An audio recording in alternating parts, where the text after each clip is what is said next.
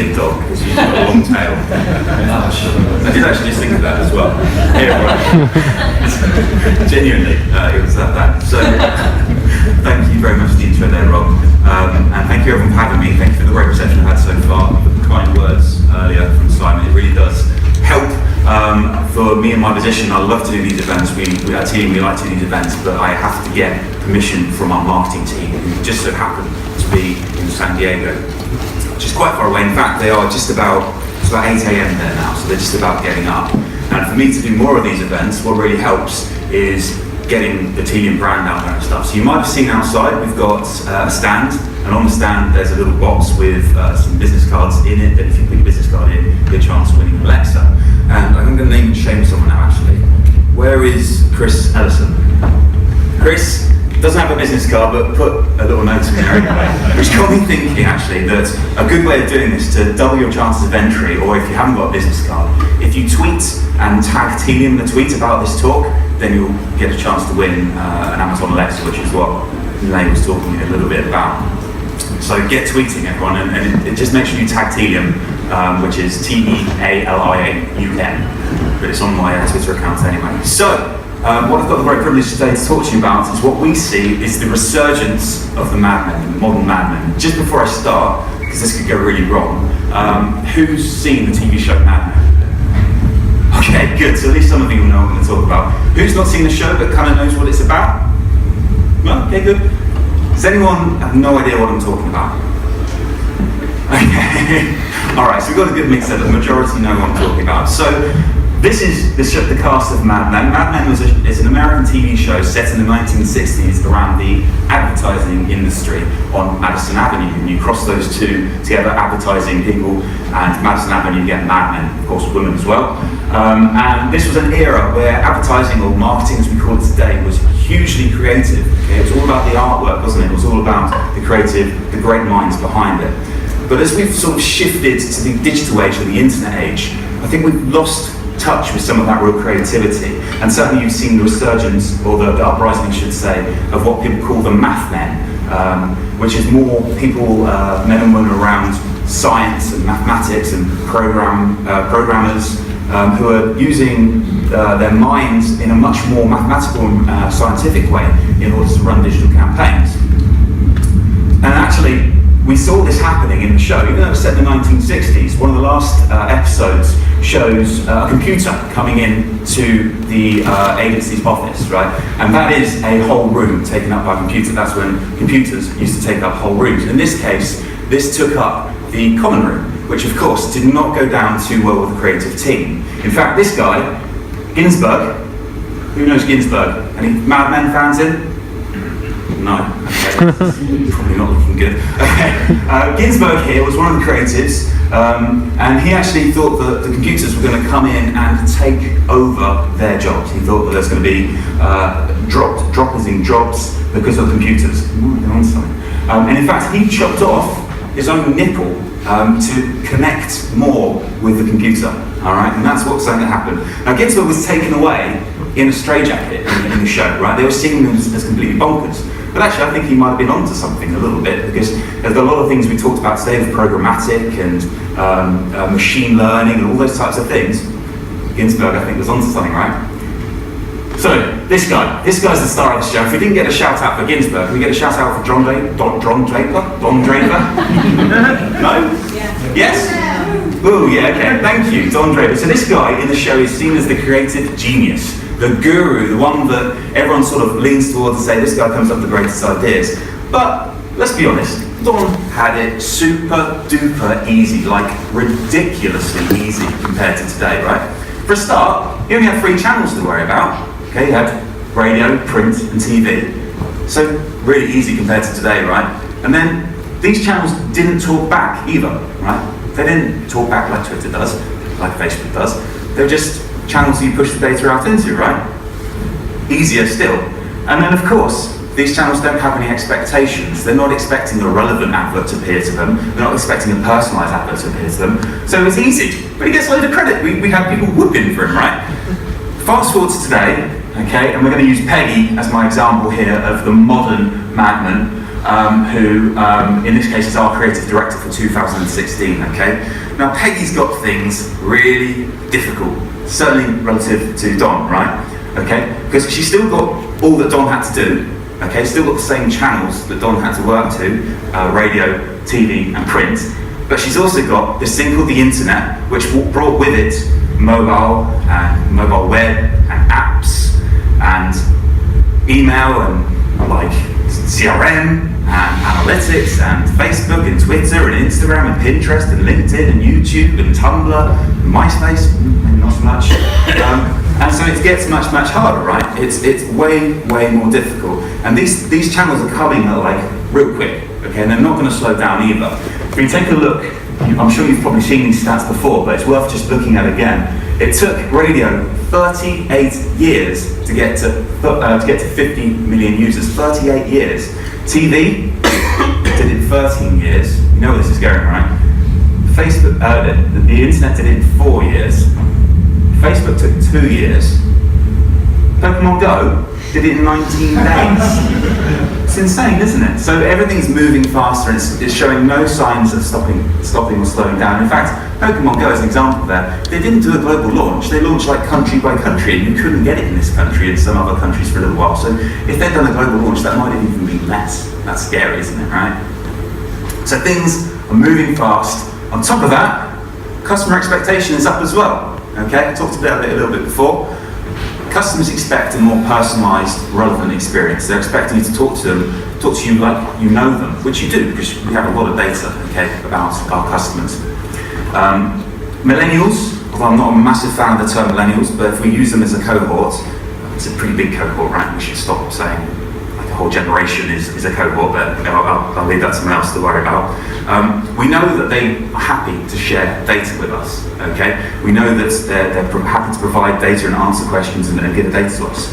In fact, there's been a shift lately there. We know that, but actually the shift that's occurred is that now millennials will be unhappy, they'll be upset at an experience is if they've given you their data and then you don't use their data back to them, okay? A great example of this is when you go online to research something or to buy something, and you buy it, and then for the next week, 2 weeks, you're hounded all around the internet, everywhere you go, by retargeting for the item you've already bought. Can you imagine if you went into John Lewis and you looked at a TV and you saw a great salesperson there and you bought the TV, and then a few days later you went back in to maybe pick up some towels or something, and the TV salesman came over to you and tried to sell you another TV, you'd think they were mad. So, but we do it all the time, it happens. Who's been retargeted to after they've bought something?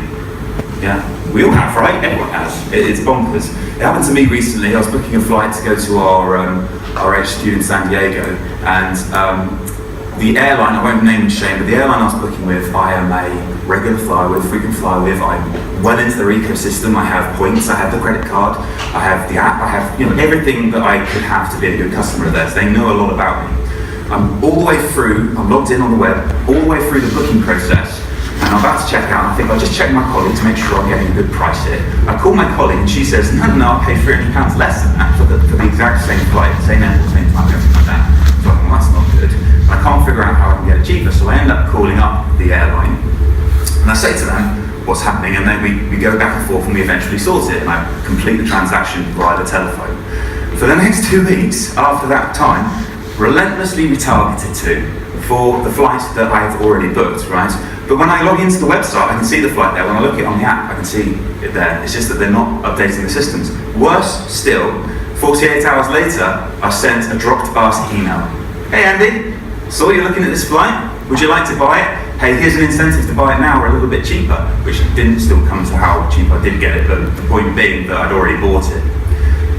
Now, one of our customers at Telium, IKEA, did some research. They found that for every minute that passes after somebody drops a basket, you lose a 1% probability of somebody converting with you for every minute. So, I mean, I don't know how many minutes it takes to pass before 100% is gone, or how many hours that is. But the point being, 48 hours later, I've got no chance of converting. Okay. So, do we have sympathy for this airline? I wasn't sure. So on the one hand, I can see from looking the outside in, they have over 75 different marketing technologies that they're using. 75, that's a lot of marketing tech, right? That's a lot of marketing salesman like me to have to deal with, which is, depending on who you talk to, not such a great thing. So that's a lot of technology they have. They certainly haven't neglected trying to get technology to engage with me. The problem is that those systems don't talk to each other, right? So you can see that you can't blame them on the one hand because they've tried to give my experience the best it can be, but the systems don't talk to each other. So that's a real problem. And what they end up with is loads and loads of silos. So they have multiple different types of silos. They have the departmental silos, so you have the online sales team, and then you have the telephone sales team that are talking to each other, that aren't talking to each other, sorry. Then you multiply that by the customer services team, they're online, offline. You've got different brands and different teams and programmers looking at things different ways. You've got security looking at things different ways. You end up all these different silos. I was actually sat with a major UK retailer a few weeks ago, and I would make £100 bet that at least half the people in this audience have bought from this retailer in the last 12 months. They're that prominent. And in this meeting was the head of email marketing and the head of customer insights. And they'd both been with this retailer for over a year, and it was the first time they had met. The head of customer insight and the head of email marketing had never met before my meeting with them. I mean, if that's not an example of a silo business, what is? It's crazy, right? But we see it a lot. So on top of that, then you have the technology silos. So who's seen this chart before? Yeah? No? Oh, this is like every day on LinkedIn for me, somewhere between the maths equation and the self-congratulating post. This is right up there. But okay, so what this is, you can't see it very well because the comedy club doesn't have HD projectors, not to be expected. But these are all little logos, and each one represents a marketing technology company, a bit like Telium. If you go back to 2011, there was only around 300 of these companies. Okay, fast forward today, you've got almost 4,000. The reason for that is quite straightforward. Customer expectation has gone up and channels have gone up, so you need more technology to try and manage that. If you look at this little bit here, you can't really see it, says social and relationships. If you take that in 2011, most companies, I mean, is anyone client side here? 1, 2, okay. In 2011, or perhaps speak on behalf of your clients, did they have social technology in their business? It wasn't such a thing, was it? You might have had Hootsuite, something like that. You did? Hootsuite? Yep, okay. But today, fast forward now, chances are businesses won't just have a Hootsuite. They'll have a social listening platform, have social analytics, social customer care, social engagement, social curation, social command center, social analytics, social paid. They'll have reviews and ratings, they'll have communities, they'll have social influence software. So just in that one channel, it's exploded, right? And each one of those creates its own little silo of customer data. See what I mean? So it gets complicated. We see that on average businesses have over 20 different marketing technologies. In the case of the airline, it was more like 75 or more that I could see just from looking from the outside in. So you end up with a situation like Trudy. You can remember Trudy from the show, those that like the show, yeah? Alright, I won't give any spoilers here, so I won't say any more. But Trudy here is our customer, right? If we imagine we're all in the same business now, and Trudy interacts with us in these traditional areas here, which of course, this bit here, the web, whether it be connected devices, apps or whatever, is 80% of the data that we collect around our customer, okay? So it's 80% over here. And then there's all this other areas we collect, like social area, and obviously our technologies that's going out, whether it be a DMP or an email solution, something like that. All of these different areas have different little pockets of data. If you go for the best of breed route, then you end up with lots of different solutions here, which I think is probably the best route. My opinion, if it's worth anything, is that the best of breed route is the right way to go, because the alternative is a marketing cloud, and nobody can tell me that Oracle's acquisition strategy for different parts of their marketing cloud is done with anybody's business in mind. They just go for what's the best acquisition for them at the time. Okay, so this is Trudy, and what you end up with is lots of different silos from Trudy. Okay, and from a business perspective, it starts to look a little bit like this. Okay, because giving that example where the email team and the customer insights team have never spoken before or never met before, you end up doing lots of different layers of strategy at different parts of the business. So you end up in email, you end up doing segmentation in email of what you know about the customer via their email habits and the data that you got maybe exported a couple of weeks ago from the CRM system that was compiled of partial data anyway. Likewise, the personalization system is just taking data from them when they're interacting on the web, nowhere else. So it's basically it's personalization based on what they're doing online, nowhere else. And so on and so on and so on. You end up with a very, very duplicated approach. You're doing lots of multiple versions of the same strategy in lots of different places. It's tough, right? I get it. It's real tough. If Don was around in this era, I think he would probably drink himself to death. Those that watched the show know that was probably a thing he was bordering on anyway. But we talked about how you have silos, talked about how customer expectations are high. The one thing I haven't really spoke about, but I think is equally important, is time. Maximising time or attention. Who likes Gary Vaynerchuk? One? Really? Two? Gary Vaynerchuk? Is that not? Okay, alright, so there's a guy called Gary Vaynerchuk who was saying that time is the asset, attention is the asset, okay? Was that just that you know who he is but you don't like him, by the way? Okay, fair enough, okay, he's an interesting character, okay. So Gary Vaynerchuk would say time is the asset, attention is the asset, okay? And I think this is the biggest thing that we should be thinking about in digital, is attention. Forget about lifetime values, click-through rates, cost of acquisition. If we get attention right, and if we call it, say, attention optimization, I don't know if I just coined the phrase there. If someone could check whether AO.com is free for a domain name, I'll get signed that up and we can coin that as a group together. But the idea being that if you are maximizing every interaction, no matter where it happens on digital, with your customer, to the fullest extent of your ability, then all these other acronyms, three-letter acronyms about conversion rates and all that sort of stuff won't matter. Because if you're taking all the data you have around the customers and optimizing it to the best of the ability to give that customer the best experience that they can possibly have based on the data you have around them, everything else will just work out fine, right? Because they'll have the most relevant experience, have the most personalized experience, and they'll love you for it. If you think about Uber or Airbnb, right? Who uses Uber? Yeah, everyone. Most people use. Does anyone not like Uber? Okay. Do you care to? What, do you not like Uber? Yeah, sure, it's a taxi company. Okay, well there we go. Exactly. That's a fair. You sir? Just don't like them. You just don't like them? Is it because it's a taxi industry thing, or? Never used them. When I have used them, I just wasn't impressed. Okay, you've never used them, but when you have used them. Okay. So the reason why people generally like Uber, like I do, is not because they've got the cleanest cabs, the nicest cabs, or the cheapest cabs. It's because they give a frictionless experience. You know what you're going to get. It's a great experience, right? Who has been waiting for an Uber and watched black cabs go past them with their lights on? Yeah, I do it all the time. I'm like, oh, you know, this guy's 2 minutes away, but then they're just going past. But I know I'm waiting for that Uber, even though I can cancel, I'm waiting for it because I know what I'm going to get. It's an easy experience. Same with Airbnb. You don't necessarily go there because it's the cheapest. You go there because you kind of like the experience of working with Airbnb. Okay, and this is the same thing. If we can get that same experience going with our customers, whether it be insurance companies, whether it be retailers, maximizing their attention, making them feel like we really value every single second they give to us, we're going to be in a great position. So let's go back here again, all right? Let's get rid of Trudy. And let's talk about that if this was a real life situation. So we're capturing data over here, we're capturing data here, we're capturing data up there, and it's all coming into one place. It's all being unified in one place. So you get that single view of the customer. It's a cliched word, it's way overused in this industry, but it's a true single view of the customer. And then with the data that we're collecting around that customer, we then segment that customer based on whether they're a VIP, whether they are an actual existing customer or a potential customer, whether they're looking at jeans or whether they're looking at handbags or whether they're looking at hats. Whatever they're doing, let's segment them accordingly in one place at a base layer, okay? Not in lots of different places, lots of different channels, one place. So that when you want to do some really cool campaigns, you can do them unified and you just send the information back out.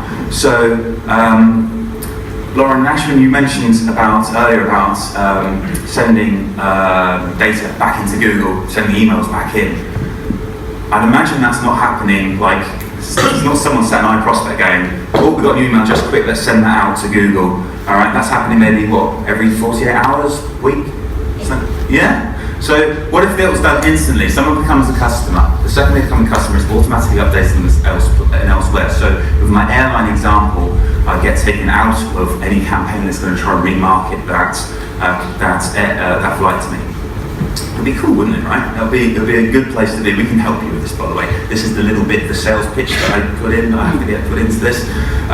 But it's not about cookies, right? It's not about cookie men, okay? Nobody bought anything ever because they got cookied, right? You buy those Nikes because you like the brand, because they're emotionally attached with you. You buy that nice handbag because you appreciated it and you bought the brand. No one ever gets cookies to do something like this. So cookies aren't the answer. People buy stuff because you run them over emotion. Okay. Let's talk about what this is in practice a little bit. Okay. Because we talked about this on the technology side, I want to show you what you can do by bringing MadMen and MadMen together. So creativity and like technology together, what it means. Now I didn't want to get sued, so I thought instead of using a real life company, I'd make one up. And I thought, well, let's do a menswear range. And I thought it was pretty creative here. I called it His Guided. Doesn't sound like anything I've heard of before. Certainly not anything local to the area. So I went with this. His Guided is a pretty trendy place, as you can see. And we're going to talk about some examples of if I was actually a real business, how I could use technology, MadMen, to do some cool stuff. So the first thing I've talked about a little bit is media suppression. This is for me is just huge. The idea of the win that this gives is, I think, gigantic, because what we're essentially talking about is a situation where people that you as marketeers don't want to be marketing to, people you don't want to be spending money on retargeting to, but you can't take them out, you can't segment them out of your work anyway, are costing you money, and even though you don't want them clicking your adverts, because either they've already bought from you, okay, or they're not desirable to you, whether it be that they're serial lookers, they just come and look and never buy anything, or they're non-responders, they've never bought anything from you. There's all sorts of different cohorts that the MadMen will find that will be people that you don't want to retarget to. So if you can just simply take them out of your retargeting efforts, you'd be onto a really good thing, right? And we can help you do that. We see on average a saving between 15 and 25% of your advertising budget by just suppressing advertising to people that you don't even want to advertise to in the first place. Think what you could do with that extra 15 or 25%, maybe just throw it into advertising to the right people. That's the first example. Second thing, combining online and offline data. Now I still get this really, really bizarre look from retailers in particular when I talk about this. And I say, let's take the data that people you're collecting about your customers in store and bring it into your CRM system, bring it into your digital ecosystem and start to do some cool campaigns from there. And they kind of give me this puzzled look as if to say, that's really hard, like how are we going to do that? And I think to myself, well, there's this company called Tesco's that created the club card in 1995 who were doing it then, right? So if you can't do it now, and Tesco's were doing it like 21 years ago, what the hell? So there are ways you can do it. The loyalty cards are the obviously easy ones, okay? Then there is QR codes, there's mobile apps, there's like geolocation things you can do. I know Mothercare asked for your email address for the checkout, and they said they're going to send you the receipt, which just seems quite a novel idea. I always go for that. So if you can bring offline data into the mix, and let's say if somebody has bought from you offline, and they're a good customer, let's say we're a department store, they're a good customer, or we're His Guided, they bought in our store, and they spend a lot of money offline, then we should be retargeting to them online. They should be in that VIP, we should be bidding more for them, all that sort of stuff. Let's put them into the right segment. Who remembers these guys? Pete and Ken. It's Pete, it's Ken. These guys are, for those that know the show, will probably have mixed feelings about these two. But in this case of His Guided, right, they're both customers of ours at His Guided. We think that Pete is the greatest customer we have because he spends £800 a month with us. £800 on His Guided clothes. Imagine that. Ken actually only spends around £80 a month with us. So when we look at both those customers, we think, well, Pete, he's the man, we really like him. The thing is that because we're not closing the loop of all our customer data around Pete, we don't know actually that he's just taking advantage of our very, very generous returns to them. He's actually only net spending about £40 a month for us because he's just trying the other stuff on and not liking it and returning it to us. Whether that be, again, online or offline, it doesn't matter. So by being able to take that data and close the loop, we can learn a lot more about Pete. And actually, he's actually probably costing us, as a business at His Guided, he's probably costing us money, right? Because there's not a lot of net profit in £40 to send £800 worth of goods. So going back to the previous couple of slides, we want to suppress Pete completely out of any advertising campaigns we're doing, certainly what we're paying for.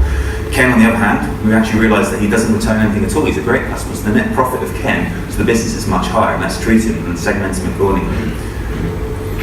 fuel personalization with real-time data. So this is about taking data of things that are happening really when they're happening to retarget to people more in a more personal fashion.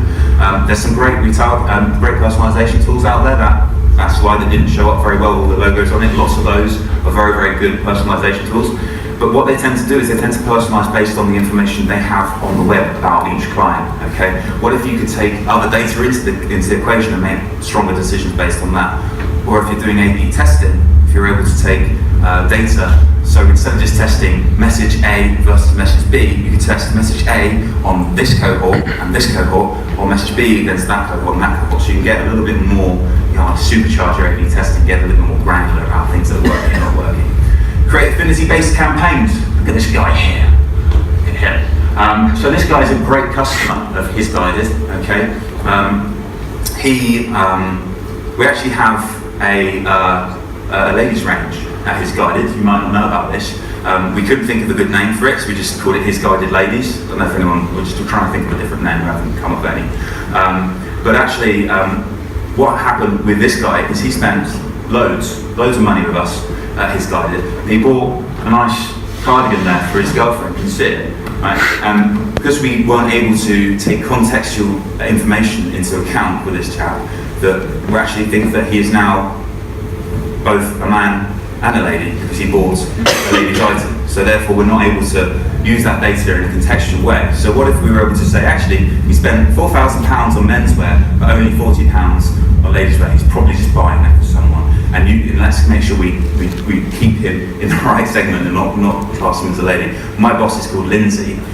He's a guy, and he is continually marketed to for things that when they think he's a lady. It's not. I didn't know why I mentioned that. I might just like to talk about that a little bit. So those are just some examples that we use, and they're kind of the high-level examples of what you can do when you bring data from everywhere together, whether it be online or offline, and of course always in real time, so when things happen they're updating in real time. There are some really crazy things that some of our customers do. So one of my favourites actually is that there's a US shoe shop called Meatpack, and they're online and offline. And in in one of their shopping malls, they did this awesome campaign that we kind of empowered. And what it does is if you've got their app, okay, and you go to any of their competitors' stores, so bear in mind they sell shoes like sneakers. If you go to any of their competitors' store, they've got beacons around the outside of the store, and by geolocation they can spot where you are in the shopping mall. And you will get a notification on your phone that will say you've got a 99% discount on any pair of shoes of your choice, like if you get to Meatpackers now, and then for every second that passes it goes down to 98, 97, 96. You literally, there's a great video if you want to Google it. There's this video and you literally see guys sort of walking around the night store, their phone vibrates and then look at it and they obviously get the notification they've got this discount. And you see them just sort of start running and grandmas are getting flown out of the way as people are charging through and all that sort of stuff. And it's a really good example because what you're doing is you're combining geo data with customer data and in real time to empower the app to send the right message, okay? That's a great example. Another great example is that we take a feed for a US clothing company, take a feed from the weather, and if it's going to be cold the next day, the forecast says it's going to be cold, then it will send an email out based on the types of product people buy when they're cold. So taking other data in and emailing people that live in that cold location to get the right email. It's cool, there's lots of things you can do. So, I think that ultimately when we bring together data, offline, online data, all the data that you have around your customers, bring it into one place, start to build campaigns from the bottom upwards, you're going to be in a much, much happier position. You're not going to be duplicating the work. You're going to save money by not retargeting to the wrong people, and ultimately customers are going to be happier. They're going to have a better experience with you. So that's kind of where we kind of feel we fit in the world, and being a bar shortly after. I'd love to talk to anyone who wants to know a little bit more about it. But if you want to get in touch with me, that's my contact details. I know there's a lot of agencies here today. We work very, very closely with agencies, as you would imagine. And in fact, we love agencies because they're so often a great supporter of ours. So we do have certain schemes set up with agencies where we can work in partnership to reward you for bringing business our way and all that sort of stuff as well. So just as happy to speak to agencies as I would to actual client side. Thank you. very much.